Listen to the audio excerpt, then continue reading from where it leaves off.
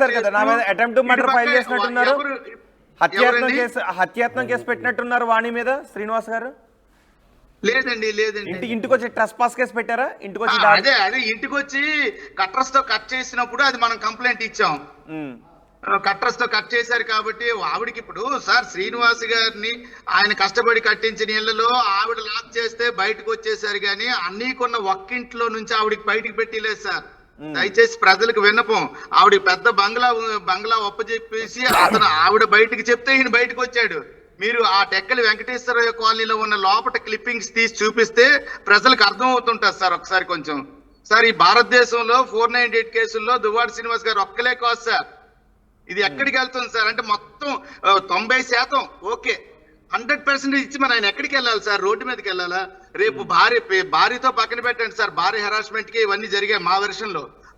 ఆ పాపకి చదివించాలి, పీజీ సీట్ కొనాలి, మ్యారేజ్ చేయాలి, బతికున్నంత కాలం పిల్లలకి ఇద్దరు ఆయన చూసుకోవాలి అంటే ఆయన క్షేమంగా ఇంట్లో పడుకొని ఉండడానికి కూడా ఇవ్వరా సార్? అయితే ఇది ఎక్కడ సార్ ఈ న్యాయం? పోనీ ధర్మం ఇప్పుడు ధర్మం ప్రకారం ఏ పెద్ద మనిషి వాణి అడుగుతున్న దాంట్లో న్యాయం ఉందా అంటే వాణి అడుగుతున్న దాంట్లో న్యాయం ఉందా? మొత్తం అన్ని ఇచ్చేసి చేతిలో చిల్లుగా లేకుండా కట్టుబట్టలతో రోడ్డు పైన ఉండు అనే కాంపన్సేషన్ ఎక్కడ ఉంటుంది అంటారు. నిజంగా అందులో న్యాయం ఉందా? నేను ఇందాక నేను చెప్పేది ఇవ్వచ్చు ఇవ్వకూడదని పక్కన పెడితే వాణి డిమాండ్స్ లో న్యాయం. అదే దాని గురించి అన్యాయాల గురించి మాట్లాడేటప్పుడు నేను ఏమంటున్నానంటే ఇందాక నుంచి వన్ సైడెడ్గా దువ్వాడ శ్రీనివాసరావు గారు పాపం అమాయకులు, చాలా మంచి వ్యక్తి, అసలు ఆయనకి ఏ పాపం తెలియదు, నోట్లో అట్టుపని పెట్టినా తినరైనా తొక్కలు ఇచ్చినా చాలా ఈ టైప్లోనే పిక్చరైజేషన్ అవుతుంది. కానీ వాణి గారే మొత్తం ఆయన నీడ లేకుండా ఇలా ఆయన ప్రాణం మీద కూర్చున్నారు అన్నట్టుగా పిక్చరైజ్ చేస్తున్నారు. First and foremost thing, basic thing, మీరు ఒప్పుకోకపోయినా ఆయన అడల్టరీ కమిట్ చేశాడు. 2 పార్టీస్ అక్కడ ఆయన ఒప్పుకున్నాడు, ఆవిడ మాధురి గారు కూడా ఒప్పుకున్నారు. ఫస్ట్ అండ్ ఫార్మోస్ట్ అది. ఇదంతా ఈ గొడవ స్టార్ట్ అయిందే ఈవిడ వచ్చి గొడవలు చేయడం, పిల్లల్ని వేసుకొని. ఇంకోటి మనం sir let me complete sir, మీరు మాట్లాడినప్పుడు sir let me complete one sir let me రాజకీయం సార్. ఇప్పుడు ఇంకా సార్ నవ్వు మడ్స్లింగింగ్, ఇప్పుడు ఆ పార్టీ చేసింది ఈ పార్టీ చేసింది, రాజకీయాలు ఇవన్నీ కాదు sir. Talking about legalities sir, legalities మాట్లాడుకుంటున్నప్పుడు let me complete sir, ask him to just please let me complete. నేను ఏమంటున్నానంటే ఫస్ట్ థింగ్ అడల్టరీ ఆయన కమిట్ చేశారు, ఇట్స్ బీన్ అది ఒప్పుకోవడం జరిగింది, అవన్నీ అయినాయి. సో దాని తర్వాత ఇదంతా గొడవ స్టార్ట్ అయింది, ఆవిడ వెళ్ళారు, పిల్లలతో కూర్చున్నారు. ఇక్కడ ఇంకోటి, పిల్లలు ఇద్దరు మేజర్సే, వాళ్ళేమి చెప్పి అదమ్మా ఇదమ్మా అని చెప్తే వాళ్ళు వెళ్ళి చేయట్లేదు. పిల్లలు కూడా అగెన్స్ట్ గా ఉన్నారు కదా ఆయన తండ్రికి, అదొకటి. ఇట్స్ క్లియర్ కట్, వాళ్ళు మేజర్సే, వాళ్ళకి ఆలోచించే శక్తి ఉంది, వాళ్ళు కూడా క్లియర్గా మా నాన్న తప్పు చేశారని చెప్తున్నారు. సరే ఇవన్నీ వదిలేండి, ఇవన్నీ ఒకళ్ళు ఆరోపణలు చేసుకోవడాలు, ప్రతి ఆరోపణలు చేసుకోవడాలు, ఇవన్నీ వదిలేండి. Now will come to the legalities. Adultery పరంగా సార్ చెప్పినట్టు అది మొత్తం అంతా దోచేస్తారా, అడల్టరీ ఒకటి పెట్టేసి మొత్తం అతన్ని నీడ లేకుండా చేసేస్తారా అని అంటారు, కరెక్టే. అది కాదు, ఏ కోర్టులో ఒప్పుకోదు. కానీ at the same time the gravity of the case, the circumstantial facts of the case, ఇవన్నీ చూసి అడల్టరీ ఈజ్ మేజర్ పార్ట్ ఇప్పుడు ఈ కేసులో. ఈయన ఎలా చేస్తాడు, ఏం చేస్తాడు, అండ్ ఇంకో హౌ టు ప్రూవ్ అంటే అరే ఆన్ రికార్డ్ వాళ్ళు ఒప్పుకున్నారు, వాళ్ళిద్దరు ఒకే ఇంట్లో ఉంటున్నారని చెప్పారు, ఒకే బిల్డింగ్ లో ఉంటున్నారని చెప్పారు, everything is on record. On record parties ఒప్పుకున్నారు సార్, మీ పార్టీ ఒప్పుకున్నారు. మీడియాలో వచ్చి ఎలా అంటే they will prove that Basheer versus Union of India case చూసుకో, మీడియాలో వచ్చింది వ్యాలిడా, media statement valid, media valid కాదు. That's what it is, the burden is on the both parties. Let them contest in the court then. నేను ఏమంటారు అంటే let them contest in the court then, వాళ్ళు prove చేసుకుంటారు చేసుకోలేరు secondary. మీడియాలో వచ్చింది sir, మీడియాలో వచ్చింది వ్యాలిడ్ అంటే ఇప్పుడు మీడియా బేసిస్ మీద కదా, మన మీడియా ట్రైల్స్ మీద మన ఇద్దరు ఇక్కడ కూర్చొని డిబేట్ చేస్తున్నాం ఇప్పుడు. Which has to be contested in the court. Why we are sitting here and doing a media trial here? Sitting అది వదిలేసేయ్. అదే నేను చెప్తున్నా, let them go then, let them go and contest in the court. ఇద్దరిని contest చేసుకోమనండి, తెలుస్తుంది మనం ఎవరి గ్రౌండ్ స్ట్రాంగ్ ఉన్నాయి. కంటెస్ట్ చేసేది అది బెటర్, అది బెటర్. అపోని దట్స్ బెటర్. శ్రీధర్ గారు ఇగో ఆయన సార్ చెప్తున్నట్టుగానే మీరు ఈ డిమాండ్స్ ఇవన్నీ ఒక పక్కన పెట్టి కంటెస్ట్ అంటే చేసుకోండి, అది బెటర్ కదా. ఇట్ విల్ కంటెస్ట్ చేస్తున్నట్టు ఒక విధంగా చేయలేదు. They already notice. I think they will be filing for the 85 ఎక్కడ నిలబడింది సార్, 85, 86 ఎన్ని కేసులు నిలబడుతున్నాయి సార్? 498 కేసులు సార్ టోటల్లో. శ్రీధర్ గారు ఏంటంటున్నారు సార్? నేను ఆర్టీవీ ద్వారా ఒక విజ్ఞప్తి చేస్తున్నాను సార్. ఇప్పుడు పెద్ద మనుషుల ద్వారా వచ్చినటువంటి ఈ డిమాండ్స్, ఈ టీవీ ద్వారా వీటన్నిటికీ ఓకే అయితే ఏ క్షణమైనా అన్ని చేయడానికి మేము సిద్ధం. మేము కూడా సిద్ధం సార్, మేము కూడా సపోర్ట్ చేస్తాం. ఐల్ ఇచ్చేయడానికి కూడా I am also support you. ఏమండి ఇప్పుడు అవి లేనప్పుడు అక్కడ ఆవిడికి ఒక బంగ్లా ఇచ్చి అక్కడ ఇల్లున్నప్పుడు ఆ ఇంటికి వెళ్ళి సంయమనం పాటించి కోర్టులో నుంచి ఆర్డర్లు తెచ్చుకొని ఏమైనా చేసుకోవచ్చు సార్, చేసుకోమంటున్నాం కోర్టులోకి వెళ్ళి. అవును. ఇప్పుడు సార్ చెప్పారు కదా, ఇంకొక లాయర్ గారు చెప్పారు అన్ని ఆవిడకి అన్ని ఉన్నాయని. ఖచ్చితంగా ఆమెకి ఏవేవైతే ఆధారాలు ఉన్నాయో అన్నిటితో పెట్టి ఖచ్చితంగా కోర్టులో వాళ్ళు ఆర్డర్ తీసుకోమనండి సార్. ఆవిడకి ఒక బంగ్లా ఉంది, అన్ని కట్టిన బంగ్లా నుంచి ఆవిడ రోడ్డు మీద పెడితే మరి ఏంటి ఎందుకు ఒప్పుకోవట్లేదు? ఎందుకు ఒప్పుకోవట్లేదు? కాదు శ్రీనివాస్ గారు, మరి ఎందుకు ఒప్పుకోవట్లేదు? ఎందుకు ఒప్పుకోవట్లేదు? ఇంత చేసినప్పుడు కూడా ఎందుకు ఒప్పుకోవట్లేదు? దేనికి ఒప్పుకోవాలి సార్? దేనికి ఒప్పుకోవాలి అంటే మీరు కాదు, వాణి ఎందుకు ఒప్పుకోవట్లేదు అని మీరు అనుకుంటున్నారు సార్? ఇప్పుడు ఏంటంటే ఇక్కడ ఆధిపత్య పోరు సార్. ఇప్పుడు దువ్వాడ శ్రీనివాస్ మీద వీలునామా రాసేస్తే ఆయన టార్గెట్ లో ఉన్నాడు. ఒక 6 నెలల్లో ఏదో అయిపోతాడు అన్నయ్య. మీరు అనుకుంటున్నారా ఒకవేళ ఈ ఇల్లు కూడా ఇస్తానని వీలునామా రాసినప్పటికీ కూడా అంగీకరిస్తారు అని మీరు అనుకుంటున్నారా? ఇంకేమైనా మెలిగి పెడతారని అనుకుంటున్నారు? అది ఏం లేదు సార్. ఇక్కడ వాళ్ళకి ఏంటంటే దువ్వాడ శ్రీనివాస్ ఉంటే ఇక్కడ మనకు ఉండదు కాబట్టి అతను ఉండకూడదు సార్. దువ్వాడ శ్రీనివాస్ టెక్కలలో ఉండకూడదు అనేదే వాళ్ళ ఉద్దేశంగా కనిపిస్తుంది మీకు, రైట్? అంతే సార్. ఇప్పుడు వీలునామా రాయమన్నారంటే దాని అర్థం ఏంటి? అంటే ఒకవేళ వీలునామా రాశారనుకోండి తదనంతరమే కదా. వీలునామా రాశారనుకోండి, ఆయన బతికున్నంత కాలం అక్కడ ఉండొచ్చు, తదనంతరమే. అంటే ఆయన టెక్కల నుంచి పంపించాలన్న ఉద్దేశం వీలునామా అడగడంలో ఎలా కనిపిస్తుంది? ఆవిడ వీలునామా అడుగుతుంది కేవలం to protect her children's legal rights ఆ ప్రాపర్టీ మీద, అంతకంటే వేరే ఉద్దేశం లేదు అక్కడ. ఈ లేదో దాని పొలిటికల్ యాంగిల్ అవన్నీ పెట్టి ఏదో చేస్తున్నారు కానీ that's not, it's clear cut.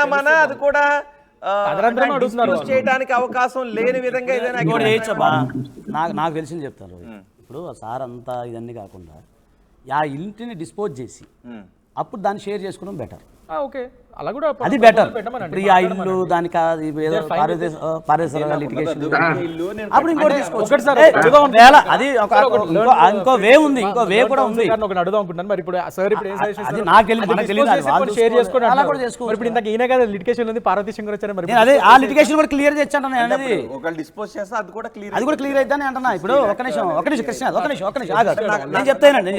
నాకు ఒక ఉద్దేశం తెలియదు. మీరిద్దరు అడ్వకేట్స్ కాబట్టి ఒకటి చెప్పండి. అంటే అన్ని ఆస్తులు అడిగేస్తే వాళ్ళు డివోర్స్ ఒప్పుకోరు కాబట్టి డివోర్స్ జరగదు, శ్రీనివాస్ మాతోనే కలిసి ఉంటాడని ఉద్దేశం కనిపిస్తుందా? లేకపోతే ఏదో రకంగా శ్రీనివాస్ని టెక్కల్లో నుంచి పంపించేయాలనే ఉద్దేశం కనిపిస్తుంది? టెక్కల నుంచి పంపించే ఉద్దేశం అయితే లేదా. ఆవిడ తదనంతరమే అడుగుతున్నారు. That is illogical. అదే ఆయన చెప్పేది ఏదైతే ఉందో.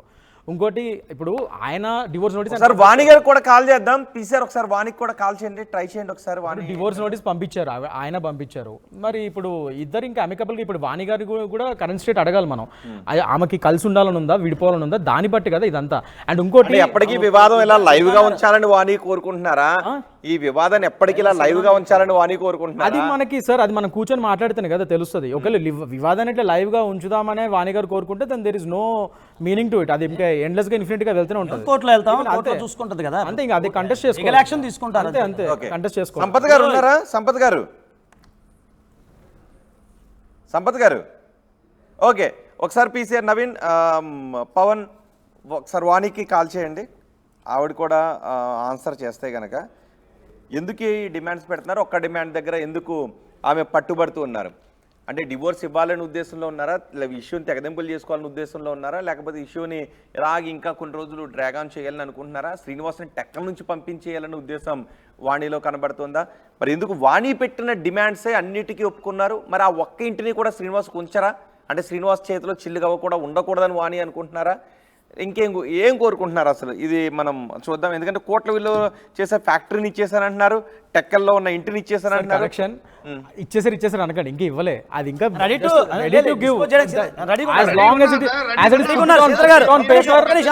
అనకండి, ఇప్పుడు ఇచ్చేస్తారు. అరే సార్ ఒక నిమిషం సార్ రెడీగా ఉన్నారు కదా మీరు? అదిగోండి రేపే పెట్టుకోమన్నారు. అయిపోయింది కదా, మరి అయిపోయింది. మీడియేట్ చేయండి సార్, ఒప్పించి మేము అన్న ఈ 5 డిమాండ్లకు సంబంధించి ఈ 5వ డిమాండ్ కి అన్నెసరీ లింక్స్ పెట్టకుండా మీరు క్లియర్ చేయండి. 24 గంటల అప్పులు డెట్స్ ఏవి సార్? మీకు ఇంకో విషయం తెలుసా సార్? ఈ రిజిస్ట్రేషన్లు ఇవన్నీ చేయాలంటే సుమారు ₹1.5 కోటి ఖర్చు అవుతుంది సార్. ఇప్పుడు అక్కడ GST ప్రాబ్లమ్స్, ఇక్కడ ఈ బ్యాంక్ లోను, ఇవన్నీ రకరకాల. నాకు తెలిసి 80 లక్షలు వద్దు, కోటి వద్దు, 1.5 కోటి వద్దు కూడా చెప్పలేదు. మేమేం చెప్పట్లేదే. అవన్నీ పెట్టి ఆ డెట్స్ అన్ని కట్టి క్లియర్ చేసి పప్పు చెప్తా ఉంటున్నాం. మీరు అంటున్నారు కదా లాయర్ గారి సమక్షంలో చేస్తారంటే ఓకే. ఆ వెర్షన్ ఏంటంటే 5 పాయింట్లలో 90% మేము ఇచ్చేసాక ఈ 10% కూడా ఎప్పుడు పెట్టదు, దీంట్లో ఏముంది అన్నెసరీగా మీరు పెంచుతున్నారు కదా. నాది ఒకటే క్వశ్చన్, 10% ఒకటే దీనివల్ల నా క్వశ్చన్ అంటే మీరు కూడా ఒకవేళ నిజంగానే మీకు మంచి ఉద్దేశం ఉంది అన్ని ఇచ్చేద్దాం అనుకుంటున్నారు, దట్స్ వెరీ గుడ్. మరి ఇది ఒక్క ప్రాపర్టీ మీద ఆవిడ తదనంతరమే కదా అడుగుతున్నారు, దాని మీద కూడా అంత పట్టు ఎందుకున్నారు? కొద్ది పట్టు విడుపుగా పోయి కూర్చొని ఒకసారి ఏంటన్నది చెప్పాల్సిన ఉద్దేశం ఉంది కదా.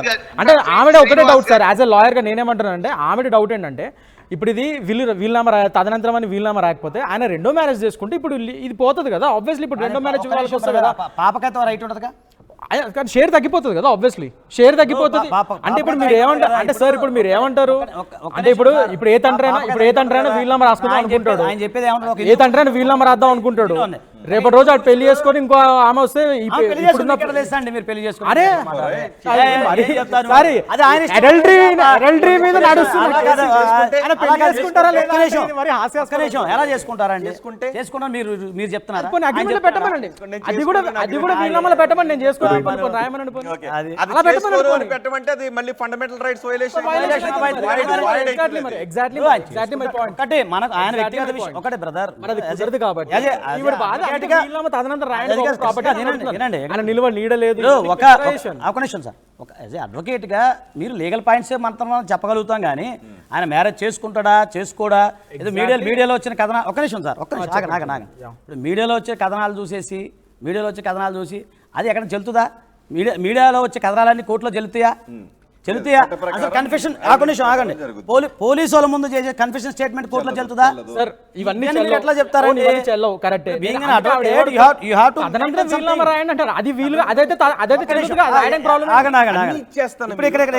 ఇప్పుడు ఆయన చెప్తున్నారు, ఆయన తదనంతరము ఆయన ఇవ్వాలి అంటే కొంత ఆయనకు ఒక ధైర్యం అనేది ఉండాలి. ఎందుకంటే ఆర్టికల్ 21 ప్రకారం జీవించే హక్కులో రేపొద్దున ఆయనకి ఏదైనా హెల్త్ బాగోదు, ఇప్పుడు ఆయనకి హెల్త్ బాగోదు లేదా ఇంకేదైనా అయితే ఆయనకు ఒక భరోసా, ఒక ధైర్యము ఉంటుంది. ఒకవేళ ఇప్పుడు ఇవన్నీ తేలలేదు అనుకుందాం, ఇప్పుడు ఆమె కోర్టులో కేసు వేస్తే మొత్తం ఇచ్చేయమని చెప్తా కోర్టు? చెప్పదు. సో దాని ప్రకారమే అట్లా చూసుకున్నా కూడా ఇల్లు అయితే మిగిలిపోవాలి కదా. అలా చూసుకున్నా ఒకటి ఇప్పుడు అది నేను చెప్పేది అదే రోహిత్ అక్కడే చెప్తున్నా, కృష్ణ కాదు అదే చెప్తున్నా నేను. అందుకనే కోర్టులో కేసులు తేలుతాయా? యాజ్ బీయింగ్ అని you are also advocate, I'm also advocate, is also advocate, మీకు తెలియదు ఏమో ఇప్పుడు తేలుతుందా? సో నేనేమంటున్నానంటే ఇప్పుడు ఏదన్నా ఉంటే ఇప్పుడే సెటిల్మెంట్ చేసుకోవాలి, ఈ వేడి సెటిల్మెంట్ చేసుకోవాలి. కానీ లాస్ట్ మూమెంట్ లో ఒకటి పట్టుకొని ఆ పాయింట్ పట్టుకొని పాయింట్ పట్టుకొని కొట్లాడితే సెల్ఫ్ ఎక్వైర్ ప్రాపర్టీ రైట్ ఉంటుందా? అంటే నాకు ఒక విషయం చెప్పండి, వాణి ఉద్దేశం రేపు పొద్దున్న సరేలే శ్రీనివాస్ టెక్కలిలో ఉన్న ఏదో రకంగా ఆయన పొలిటికల్ ఎదుగుదలకి నేను అడ్డంకి పెట్టాలి అన్న ఉద్దేశం కనబడుతుంది, కాదు అని అంటున్నారు శ్రీధర్. మీరు అనేది అది మనకు సంబంధం లేని విషయం. లీగల్ అంశాలంటే మనం చెప్పగలుగుతాం, పొలిటికల్ నా ఒపీనియన్ యాజ్ మామూలుగా ఏంటంటే it can be vice versa also కదా సార్. ఇప్పుడు ఈమె లేదు, పొలిటికల్ గా ఆయన ఉన్నాడు, మరి ఆయన కూడా ఆయన ఇన్ఫ్లుయెన్స్ ఉపయోగించి ఈమె ఏమైనా ఇబ్బంది పెట్టి ఇవన్నీ చేయొచ్చు కదా. మరి ఆమె కూడా అందుకే ఆ భరోసా కోసం నాకు ముందే కొద్దిగా రాసి ఇవ్వండి ఇవన్నీ చేయండి అని అడగచ్చు కదా, అట్లా కూడా ఆలోచించచ్చు కదా మీరు. You can also think in that aspect also. రాసి ఇచ్చేసారు కదా అన్ని సార్, అన్ని రాసి ఇవ్వలేదు. ఆవిడ ఏమంటున్నారు, ఇది తదనంతరం ఇవ్వండి పిల్లలకి అని వీలునామా పెట్టండి అంటున్నారు. ఎందుకంటే బికాస్ రెండో మ్యారేజ్ చేసుకుంటే పిల్లలకి పూర్తి షేర్ రాదు కదా, మళ్ళీ it will be divided, sub divided. దాని గురించి భరోసా అడుగుతున్నారు. తదనంతరం ఇస్తే ఇబ్బంది ఏంటి? ఒక భరోసా అడుగుతున్నారు అంతే. ఆ ఇంట్లో ఆయనకున్న షేర్ ని, అఫ్ కోర్స్ మీకుందో మాధురికి కూడా ఉంటే ఎవరికుంటే వాళ్ళు తీసేసి ఆయనకున్న షేర్ ని తదనంతరం ఆ ఇంట్లో పిల్లలకే ఇస్తే ఇబ్బంది ఏంటి సార్? ఇప్పుడు ఏంటంటే సార్, ఇక్కడ ఒక విషయం ఏంటంటే ఇప్పుడున్న పరిస్థితుల్లో అన్నయ్య ప్రతిపక్షంలో ఉన్నారు సార్, ఈయన టార్గెట్ లో ఉన్నాడు సార్, ఒక 10 members లో ఉన్నారు సార్. అంటే మేము ఇది అప్రస్తుతం రాజకీయాలతో మాట్లాడుకుంటే ఆయన వేరే దీంట్లో ఉన్నాడు సార్ అని. ఇప్పుడు ఒక విషయం సార్, ఇది దువ్వాడ శ్రీనివాస్ గారి విషయం కాకపోతే 8 రోజులుగా అలాగా ఉంటారా సార్ ఇంటి దగ్గర? ఉండదు కదా సార్. ఇక్కడ రాజకీయమే కదా సార్ వెనకాతలు ఉంది. శ్రీనివాస్ కబ్జా చేయలేదు, శ్రీనివాస్ అవినీతి చేయలేదు, కానీ శ్రీనివాస్ కి ఇలాంటి అల్లరిపాలు చేద్దామని బిహైండ్ బ్యాక్ ఎవరు చేస్తున్నారు అర్థం అవుతుంది కదా సార్. రేపు ఇదే ప్రతి దగ్గర జరిగితే మా జిల్లా ఎస్పీ గారు ఏంటి సార్ రిక్వెస్ట్ చేస్తాం మా ఎస్పీ గారికి, ఏంటి సార్ అన్యాయం? దువ్వాడ శ్రీనివాస్ తో మాట్లాడదాం, ఆయనే మాట్లాడతారు. ఒక్కసారి ఉండండి శ్రీధర్ గారు ఒక్క నిమిషం ఉండండి. దువ్వాడ శ్రీనివాసే కాల్ చేశారు. శ్రీనివాస్ గారు అవునండి, ఆర్టీవీ లైవ్ లో ఉన్నారు, ఇప్పుడు లైవ్ లో మాట్లాడుతున్నారు మీరు. నేను ఇప్పుడు ఇప్పుడు లైవ్ చూస్తున్నాను సార్. ఓకే, అవసరమైతే నేను కొన్ని పాయింట్స్ చెప్దామని. చెప్పండి. హలో, చెప్పండి శ్రీనివాస్ గారు, చెప్పండి, వినిపిస్తుంది. ఇద్దరు అడ్వకేట్స్ కూడా అక్కడ ఉన్నారు, మీరు మా బ్రదర్ శ్రీధర్ కూడా ఉన్నారు. ఉమ్, నా తరఫున ఆయన ఎంతవరకు మాట్లాడారు. ఉమ్, నేను అక్కడ వాణి తరఫున ఉన్నటువంటి అడ్వకేట్ గారికి, అలాగే మరో అడ్వకేట్ గారు పెద్దలు ఉన్నారు. ఓకే, నేను తెలియజేసేది ఏంటంటే, నాకు ఒక 20 కోట్ల పైసలకు విలువ చేసేటటువంటి గ్రానైట్ ఫ్యాక్టరీ ఒకటి ఉంది సార్. ఓకే, అది 2006వ సంవత్సరంలో ప్రారంభించాను. ఓకే, అది నా స్వార్జితం. ఓకే, అది దువ్వాడవాణికి రాపిస్తున్నాను. Okay. Sorry for the correction. ఆ ఆస్తి ఆల్రెడీ ఎన్నికలకి 25 రోజుల ముందు రిజిస్ట్రేషన్ చేశాం. ఓకే. రిజిస్టర్డ్ డాక్యుమెంట్స్ కావాలంటే ఇప్పుడు మీకు వాట్సాప్ లో పంపిస్తాను. వాణి పేరు మీద రిజిస్టర్ చేసేసారు. వాణి పేరంటే హైందవి, నవీన, ఇద్దరు పిల్లల పేరు పైన. ఓకే. అలాగే వాణి పేరున కొంత భాగం చేశాను. ఉమ్, అది 3 భాగాలు చేశాను సార్. ఒక భాగం వాణి పేరున, ఒక భాగం హైందవి పేరున, ఒక భాగం నవీన పేరున. ఓకే. 3 పేరున కూడా చేసేసాను సార్. ఓకే. కాకపోతే ఆ రిజిస్ట్రేషన్ లో ఏదో చిన్న టెక్నికల్ ప్రాబ్లం వచ్చింది. మళ్ళీ మీరు వచ్చి సంతకం పెట్టాలి అని నాకు ఇన్ఫర్మేషన్ ఉంది సార్. ఓకే. తప్పకుండా వెళతాను, సంతకం పెడతాను. ఓకే. నెక్స్ట్ దానిపైన ఉన్న జిఎస్టీలు గానీ ఇంకేమైనా గానీ ఉంటే అవి కూడా నేను క్లియర్ చేస్తాను. Okay. It's my duty. Okay. Number 2, ఏదైతే ఇప్పుడు సెకండ్ బిల్డింగ్ ఉందో అది ఒక 6 కోట్ల రూపాయలతో కట్టినటువంటి బిల్డింగ్. ఓకే. ఆ బిల్డింగ్ లో నేను కూడా ఉండేవాడిని గత 2 ఏళ్ల క్రితం వరకు. ఓకే. 2 ఏళ్ల క్రితం నా దీవాణి తనకు టికెట్ పొందిన తర్వాత నాకు తాళం వేసేసి ఇంటికి రానివ్వకుండా చేసిన పరిస్థితుల్లో నేను లాడ్జుల్లోనూ కారులోనే మాట్లాడుతూ కాలం గడిపాను. ఒక వారం 10 రోజులు. తర్వాత మా అమ్మగారి దగ్గర పిలిస్తే మా అమ్మగారి దగ్గర 1 ఇయర్ ఉన్నాను సార్. ఓకే. ఉన్న తర్వాత ఇప్పుడు నేను ప్రస్తుతం ఉన్నటువంటి స్థలం పార్వతీశం గారి దగ్గర నుంచి కొనుగోలు చేయటం జరిగింది. ఓకే. దానికి ఆ స్థలానికి సంబంధించి నేను నా తమ్ముడు శ్రీధర్ కలిపి ఆ షేర్ కొంత డబ్బులు ఇవ్వాల్సిన దానిలో ఆయనకి ఇవ్వాలని అనుకున్నాం. ఆ చెక్స్ ప్రకారం మేము ఆ డబ్బులు ఆయనకి ఇవ్వాలి. ఇది వాస్తవం. ఆయన ఎలిగేషన్ అది డాక్యుమెంట్ లో రాశారా లేదా అని అక్కడ ఆర్గ్యుమెంట్ చేస్తున్నారు. బట్ ఇన్ ఫ్యాక్ట్ నేను ఇవ్వాలి, కొన్నవాడిగా నేను చెబుతున్నా. ఓకే. అది నా సంతకాలే చూసుకోండి. ఆ చెక్స్ కేసు కూడా చూసుకోండి సార్. ఆయన ఇవ్వాలి, ఆయన దగ్గర చూసుకోండి. నెంబర్ 2, అది ఏదైతే నేను ఇప్పుడు ఈ స్థలం ఎక్వైర్ చేసి ఇప్పుడు ఉన్నానో ఆ కన్స్ట్రక్షన్ లో కొన్ని అప్పులు చేసి కట్టాను. ఓకే. అది మా తమ్ముడు శ్రీధర్ చెప్పలేకపోతున్నాడు. అన్నయ్యకి ఇచ్చిన డబ్బులు ఎలా చెబుతామని మొహమాట పడుతున్నాడేమో గాని ఆయన నాకు పంపించాడు. నాకు ఎలక్షన్ లో ఏ రకంగా అయితే ఖర్చు పెట్టి నాకు ఎన్నికల నిర్వహణలో భాగస్వామి అయినటువంటి మాదిరి కూడా కొంత నాకు సహకరించారు. ఓకే. మొత్తానికి ఆ బిల్డింగ్ కన్స్ట్రక్షన్ ఇప్పుడు అండర్ కన్స్ట్రక్షన్, ఇంకా పూర్తి కాల. అవును. ఒకే ఒక రూమ్ ఉంది, ఆ రూమ్ లో నేను ఉంటున్నాను. అయితే ఏదైతే 6 కోట్ల రూపాయలు పెట్టి కట్టించినటువంటి ఇల్లు రెండో పాయింట్ కింద ఉన్నటువంటి ఇల్లుందో ఆ ఇంటికి తాళం వేసి నాకు రానివ్వకుండా చేసిన తర్వాత ఈ నిర్మాణం చేసుకోవాల్సిన అవసరం వచ్చింది సార్. ఓకే. అది ఈ పరిస్థితుల్లో ఇలా ఉండగా 3వ పాయింట్ ఏంటంటే పిల్లల చదువులకు సంబంధించి ఒక పాయింట్ అడిగారు. పిల్లల చదువులకు సంబంధించి వాణి అడగటము, నేను సమాధానం చెప్పడం అది చాలా అసభ్యంగా ఉంది, అసహ్యంగా ఉంది. పిల్లల బాధ్యత నాదే. పెద్ద పాపకి అంగరంగ వైభవంగా మ్యారేజ్ చేశాను, డాక్టర్ ని చేయించాను. రెండో పాప కూడా మెడిసిన్ కంప్లీట్ అయింది. ఆ పాపకు కూడా బ్రహ్మాండంగా మ్యారేజ్ చేయాలి. చేస్తాను, పీజీ చేస్తానంటే పీజీ కూడా చేయించాలి. ఓకే. 3వ డిమాండ్ 100% క్లియరెన్స్. అది నేను చేసుకుంటాను, అది నా బాధ్యత తండ్రిగా. ఓకే.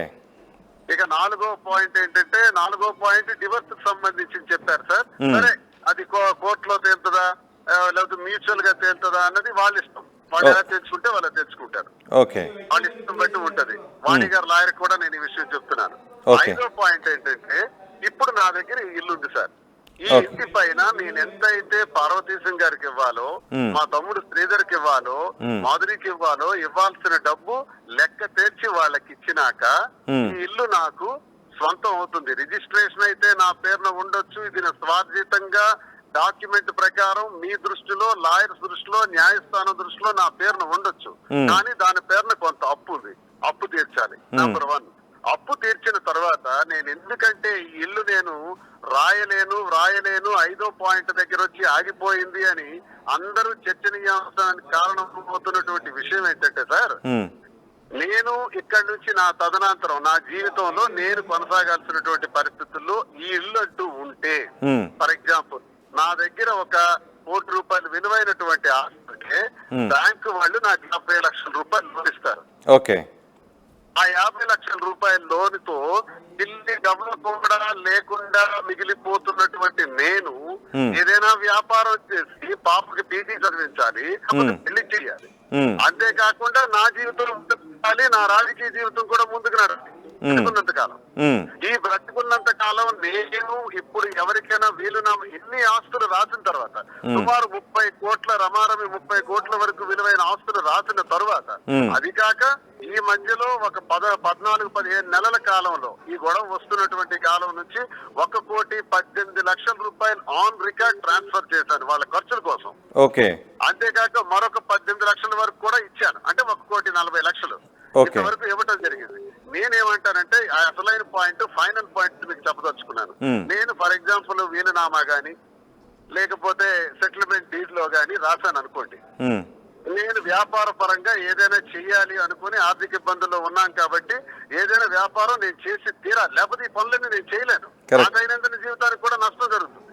నేను బ్యాంకు వారి దగ్గరికి వెళ్ళి లోన్ పెట్టేటప్పుడు ఈ ఆస్తి మీద నేను ఎవరికైనా తనఖాలు ఇచ్చానా, ఎవరికైనా వీలునామా రాశానా, ఎవరికైనా సెటిల్మెంట్ డీడ్ లో రాశానా, అది రిజిస్టర్డ్ డాక్యుమెంట్ లో అట్రాక్ట్ అవుతుందా అని బ్యాంక్ వారు ఇన్ఫర్మేషన్ తీసుకునేటప్పుడు ఈ బిల్డింగ్, ఈ 5వ బిల్డింగ్, నేను ఉంటున్నటువంటి బిల్డింగ్ సంబంధించి లీగల్ ఒపీనియన్ కి పంపించినప్పుడు ఆ లీగల్ ఒపీనియన్ లో దువ్వాడ శ్రీనివాస్ వారసత్వంగా ఈ ఆస్తి తన పిల్లలకు చెందుతుందో భార్యకు చెందుతుందో అని రాశాడు, వాళ్ళు కూడా సంతకం పెట్టాలి అని ఒకవేళ వస్తే, వాళ్ళు పెట్టకపోతే నేను ఎక్కడికి పోయి చావాలి అని అడుగుతున్నాను సార్. దీని ద్వారా సభ్య సమాజానికి, ఆ వాణి గారి లాయర్ కూడా నేను స్పష్టంగా అడుగుతున్నాను, నాకు టెక్నికల్ ప్రాబ్లం వస్తే ఈ ఆస్తి ఉండి కూడా నేను ఇప్పుడున్నటువంటి అప్పుల్ని తీర్చలేక వాణికి నేను రాస్తున్నటువంటి ఆస్తులన్నిటికీ ఉన్న అప్పులు తీర్చాలి ఒకవైపు, 2 పిల్లలకు పెళ్లి చేయాలి, 2వ పాపకు పెళ్లి చేయాలి, చదివించాలి పీజీ అదో వైపు.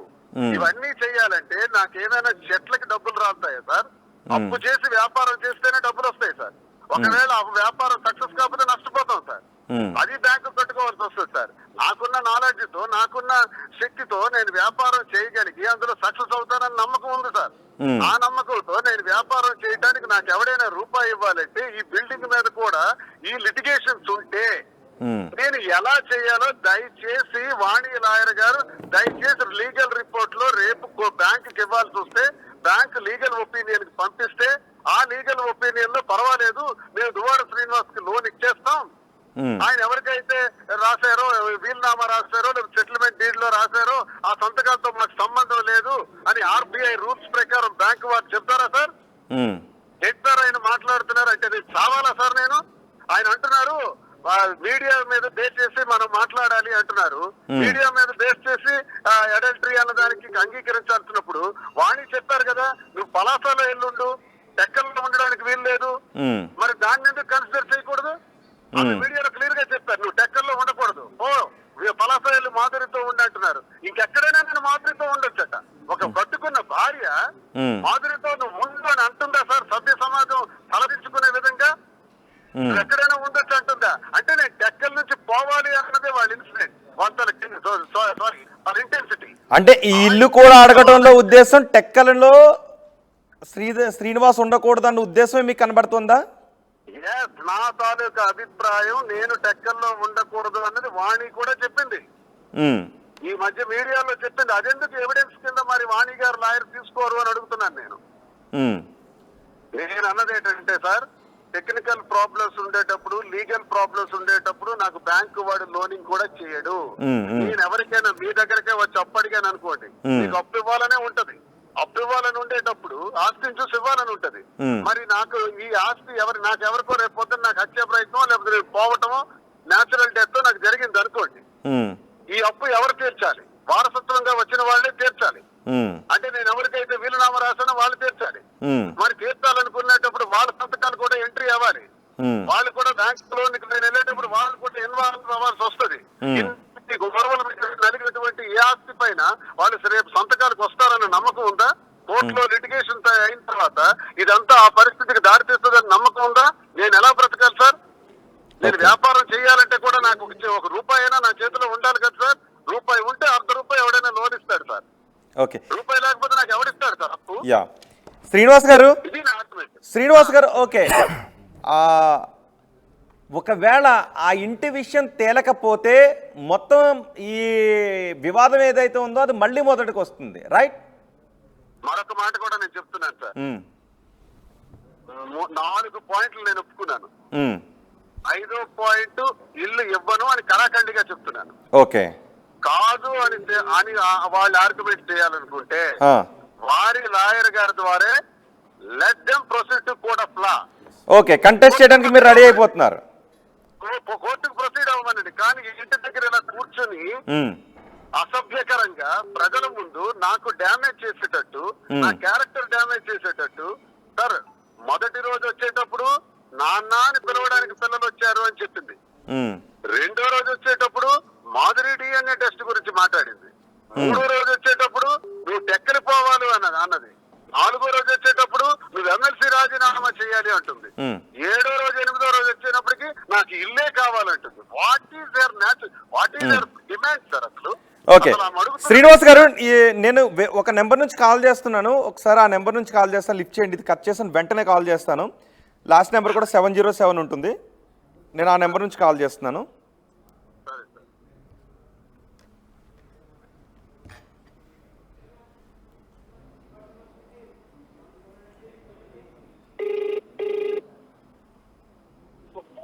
శ్రీనివాస్ గారు, చెప్పండి సార్. శ్రీనివాస్ గారు, వాణి తరపు వాదనలు వినిపిస్తున్న లాయర్ కూడా మీతో మాట్లాడతారంట. ఇస్తున్నా. సార్ నమస్తే సార్, శ్రీనివాస్ గారు. నా పేరు పోతిరెడ్డి కృష్ణ, నేను హైకోర్టు అడ్వకేట్ని. Sir, at the end of the day మేము అందరం కూడా ఒక అమికబుల్ సొల్యూషన్ వచ్చే విధంగానే దీన్ని చూద్దామన్నదే మా ప్రయత్నం కూడా. మేమనుకుంటుంది కూడా అదే. కాకపోతే ఏంటంటే ఇది ఆవిడ మీరు అనుకున్న ఈ 5 డిమాండ్స్లో ఈ 5th ఏదైతే ఈ మెయిన్ హౌస్ గురించే కదా ఇష్యూ అంతా.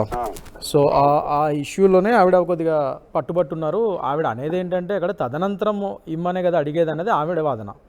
ఆవిడ నిల్వ నీడ లేకుండా చేయడం అది కాదు మా ఉద్దేశం. ఆయన అదే ఇంట్లో ఉండొచ్చు, హీ కెన్ స్టే ఇన్ టెక్కలిలో ఉండొచ్చు, అక్కడే ఉండొచ్చు. కాకపోతే తదనంతరం అది మాకు ఇచ్చే విధంగా ఉండాలి. ఎందుకంటే రేపటి రోజు ఆవిడ ఉద్దేశం ఏంటంటే ఇప్పుడు ఇది అయిన తర్వాత ఒక MOU రాసుకుంటారు. ఇవన్నీ ఒప్పుకున్న తర్వాత ఈ conditions you might go for the mutual consent divorce. అదే కదా దీని మెయిన్. లేదు సార్, ఆవిడ ఇంకో మాట కూడా చెప్పారు. నేను ఈ ఇంటిలోనే ఉంటాను, నా పిల్లలు వెళ్తుంటారు వస్తుంటారు, నేను ఇక్కడే ఉంటానని కూడా చెప్పారు. సార్, ఒకవేళ నేను అది అలా రాస్తే, ఏది ఆమెకి వీలునామా రాస్తే నా ప్రైవసీకి దెబ్బతీసే విధంగా ఇళ్ళన్నీ ఆస్తులన్నీ మీకు ఇచ్చేసిన, బ్రహ్మాండమైన బంగ్లా ఒకటి ఇచ్చేసిన, వీలునామా పేరుతో మళ్ళీ ఇక్కడికి వస్తాం, మళ్ళీ ఇక్కడ ఉంటామంటే నాకు ఇంత ప్రైవసీ ఎక్కడ ఉంటుంది సార్? నాకు మెంటల్ పీస్ లేకే కదా ఇదంతా వచ్చింది. లేదు అంటే ఈ స్టేజ్ ఎందుకు వచ్చింది సార్? ఈ స్టేజ్ ఎందుకు వచ్చింది సార్? కేవలం బికాస్ ఆఫ్ మా మధ్య ఉన్న డిస్టర్బెన్స్ కోసం వచ్చింది. డిస్టర్బెన్స్ వచ్చిన తర్వాత మళ్ళీ ఆస్తులు రాసేసి మళ్ళీ వాళ్ళు ఇక్కడికి వస్తుంటే మళ్ళీ నేను లేనిపోయిన డిస్టర్బెన్స్ ఫీల్ అయ్యి ఇంకా నేను మెంటల్ టార్చర్ గురయ్యే పరిస్థితి నాకు క్రియేట్ చేసే స్థితిలో వాళ్ళు క్రియేట్ చేస్తుంటే నేను ఎక్కడికి పోవాలి సార్? మీరే చెప్పండి సార్.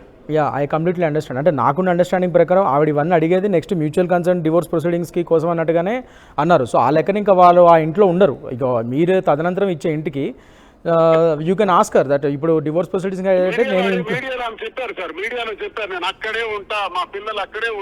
అదొకసారి మళ్ళీ మనం కూర్చొని మాట్లాడి దీని మీద క్లారిటీ తెచ్చుకొని ఒకవేళ ఆవిడ అందులోనే ఉండేటట్టయితే then we can also ask her. ఇప్పుడు మీరు డివోర్స్ ప్రొసీడింగ్స్కి వెళ్తున్నప్పుడు ఇదే ఇంట్లో మీరు ఎలా కలిసి ఉంటారండి? మరి ఆయనకు వేరే ఇల్లు మళ్ళీ ఇప్పుడు ఎత్తుకోవాలంటే కష్టం కదా, తదనంతరమే ఇచ్చేది కదా ఇది. సో హీ క్యాన్ స్టే, ఇది మనం అది కూర్చొని మాట్లాడచ్చు, మాట్లాడి you can stay in the same house, మీరు అందులోనే ఉండొచ్చు. సో అలా చేయొచ్చు మనం. మీకు చిన్న డౌట్ సార్ నాకు. ఇప్పుడు నేను అన్నటువంటి అలిగేషన్ ప్రకారం అదే నేను కోర్టుకి బ్యాంక్ కి వెళ్తాను ఖచ్చితంగా లోన్ కి, అది నాకు శాంక్షన్ అవుద్ది అంటారా? విల్లు రాసిన దాని ఆ తదనంతరం కదా సార్ ఇప్పుడు అది మనం రాసుకోవచ్చు. ఇప్పుడు మనము బ్యాంక్ వాళ్ళు అంటారంటే after your death case of liabilities also death before clearance of the loan, Yes. అంటే లోన్ క్లియర్ అయ్యేటో లోపు మీరు ఏమైనా మరణిస్తే ఈ అప్పు ఎవరు తీరుస్తారని కూడా 100%. ఇప్పుడు మీకు ఆ ఇన్హెరిటెన్స్ ఎవరైతే మీ పిల్లలకి వస్తుందో వాళ్ళే లయబుల్ కూడా అవుతారు దీనికి. అప్పుడు definitely they have to pay. ఆ బ్యాంక్గా అమౌంట్ అడ్జస్ట్ చేసిన తర్వాతే వాళ్ళకి ఆ ఇల్లు వస్తుంది. 100% అది కరెక్ట్. కదా సార్. అప్పుడు నేను బ్యాంక్ లోనికి వెళ్ళేటప్పుడు మీరు సంతకం పెట్టరు కదా సార్. అవన్నీ ముందే ఇప్పుడు నేనేమంటున్నానంటే సార్, ఇప్పుడు ఆ ఇల్లు తదనంతరం రాయడం అనేది ఇది మీరు లైఫ్ టైంలో మళ్ళీ దాని ఒకవేళ లోన్ పెట్టేటట్టయితే వాళ్ళకు కూడా they can come into the agreement. వాళ్ళని పెట్టియచ్చు compulsory if you're going for. వాళ్ళు రాకపోతే నా పరిస్థితి ఏంటంటారు? అవన్నీ కూడా మన అగ్రిమెంట్స్ రాయొచ్చు ముందే. ఇప్పుడు మీరు ఇదే అందుకే అంటున్నాను డెఫినెట్లీ ఇది అగ్రిమెంట్ రాయొచ్చు సార్. మనం డెఫినెట్లీ మీరు రావాలప్పుడు రేపటి రోజైనా నేను లోన్ తీసుకునేటట్టయితే మాత్రం మీరు నా లయబిలిటీస్ కూడా షేర్ చేసుకోవాలి. సో దానికి మీరు ఒప్పుకోవాలని చెప్పి we can put those points in those clauses. డెఫినెట్గా పెట్టచ్చు మనం. సార్. నేను ఒక్క మాట అంటున్నాను సార్, అలాగే మంచి డిస్కషన్ వచ్చింది. లీగల్ గా వెళ్ళేటప్పుడు కోర్టుకే వెళ్ళేటప్పుడు న్యాయస్థానాన్ని ఆశ్రయించేటప్పుడు న్యాయస్థానం నిర్ణయం మేరకే ఇవన్నీ చేసుకోవటం మంచిది సార్. ఒకవేళ న్యాయస్థానానికి వెళ్ళినప్పుడు మీలాంటి పెద్దవారి ముందు ఇవన్నీ చేసుకోవడం మంచిది సార్. పెద్దవారి ముందు చేసుకుంటాం అంటూనే మాకు మీకు మన 11వ తారీఖున అనుకుంటారు 12వ తారీఖున మాకు కబురు వచ్చింది, మనం కాంప్రమైజ్ అవుదాం మీకు సమయాన్ని మాకు కబురు వచ్చింది. సరే బ్రదర్ ని పంపించాను శ్రీధర్ కి. అంటే మాతో కాంప్రమైజ్ అవుతామని డిస్కస్ చేస్తుంటేనే పిటిషన్లు వేస్తున్నారు సార్. డీవీసీకి వేశారు. డీవీసీకి వేశారంటే లీగల్ ప్రొసీడింగ్స్ వాళ్ళు ఆల్రెడీ చేస్తున్నారు. చేస్తూ మళ్ళీ ఇంటి దగ్గర కూర్చొని 10 మంది ముందు నన్ను అబాస్ పాలు చేసేటట్టు చేయటం ఎంతవరకు ధర్మం సార్? కోర్టు వరకు ప్రొసీడ్ అవ్వమనండి సార్. నేను అన్నిటికీ ఒప్పుకుంటున్నాను కదా సార్. వ్యక్తిగతంగా అయితే 90% ఎఫెక్ట్స్ ఇచ్చేస్తాను సార్. కోర్టు ప్రకారం అయితే మీ నిర్ణయం సార్. మీ ఆర్గ్యుమెంట్స్ ప్రకారం న్యాయస్థానం వాళ్ళు ఎలా నిర్ణయిస్తే అలా కూడా చేస్తాను సార్. నేను అనేది ఏంటంటే ఇది ఏదైతే డీవీసీ కానీ ఇది 498 కానీ ఇవన్నీ కంపౌండబులే. సో డెఫినెట్గా కూర్చొని మళ్ళీ మాట్లాడుకొని ఒకసారి ఇదంతా సెటిల్మెంట్ అయిపోయి ఒక ఎంఓయూలోకి ఒప్పందంలోకి మీరు వెళ్తే అవి వెనక్కి తీసుకోవచ్చు. అదేం పెద్ద ప్రాబ్లం కాదు. మీరు దానికి ఇంటి దగ్గర నుంచి వాళ్ళని ప్రస్తుతం నివాసం ఉంటున్నటువంటి ఇంటికి వెళ్ళాలి. దానికే ఒక కూర్చొని మాట్లాడుకున్న అగ్రిమెంట్లోకి వెళ్తే definitely they will vacate as per my understanding. So డెఫినెట్గా మనం చేయొచ్చు. అదే కూర్చొని మాట్లాడదాం సార్. అంటే ఫస్టే వెకెట్ చేయమనిలేం. ఫస్ట్ వాళ్ళు మాట్లాడుకుని ఒక ఒప్పందంలోకి వెళ్ళిన తర్వాత దెన్ దే విల్ డెఫినెట్లీ అది కంపల్సరీ పాయింట్ క్లాజ్ కూడా పెడతాం కాబట్టి they have to vacate, they have to honour the agreement. So చేస్తారు అగ్రిమెంట్ వెళ్ళిన తర్వాత. ఒక్క మాట మీకు చెబుతున్నాను సార్. మీడియాకి ఆర్టీవీ ద్వారా మిమ్మల్ని మీడియాకి అందరికి చెప్తున్నాను. 5 డిమాండ్లో 4 డిమాండ్లు కూడా ఇచ్చేస్తాను సార్. Okay okay. 5వ డిమాండ్ అయినటువంటి ఈ ఆస్తి నా పేరున ఏదైతే ఉందో నా స్వార్జితమైనటువంటి ఆస్తిని నా తదనంతరం వస్తది అన్నటువంటి మోరల్ వాల్యూ తప్ప నేనైతే రాసి ఇవ్వనని ఖరాఖండిగా చెప్తున్నాను సార్. సార్ ఉట్టి moral value and oral submissions మీద నడిస్తే అది ఐ అండర్స్టాండ్. కానీ వాళ్ళు అది అడుగుతున్నప్పుడు మనం ఒకసారి కూర్చొని మాట్లాడితే బెటర్ కదా అనేది ఆ విషయంలో కూడా. చదువు ఎలా చదివించాను సార్? అల్లారు ముద్దుగా ఎలా పెంచాను సార్? అయ్యా సార్ అది మీ రెస్పాన్సిబిలిటీ యాజ్ అ ఫాదర్. అది మీరు చేయాల్సిందే కంపల్సరీ. అంటే వాళ్ళ కరెక్టే సార్. కానీ అంటే మీరు రెండో పెళ్లి వివాహం చేసుకుంటే ఒకవేళ అది విల్లునామా రాకుండా ఇది డివోర్స్ ప్రొసీడింగ్స్ అయిన తర్వాత రెండో పెళ్లి చేసుకుంటే వాళ్ళ కొత్త వారసులు ఎవరైనా ఉంటే అది మళ్ళీ షేర్ తగ్గిపోద్ది కదండి. మరి వీళ్ళకి అన్యాయం అయినట్టే కదా. ఒకసారి కోర్టులు ఎక్కిన తర్వాత 498A సెక్షన్స్ పెట్టిన తర్వాత కోర్టులో ఒకవైపు కేసు నడుస్తా ఉంటే చట్టానికి వ్యతిరేకంగా నేను రెండో వివాహం ఎలా చేసుకుంటాను అని అంటున్నాను. నేను అంటుంది మ్యూచువల్ డివోర్స్ అయిపోయిన తర్వాత ఫ్యూచర్ లో, because it is all futuristic perspective కదండి. వీళ్ళనామా కూడా మీ తదనంతరమే డివోర్స్ దీని తర్వాత డివోర్స్కి వెళ్తారు.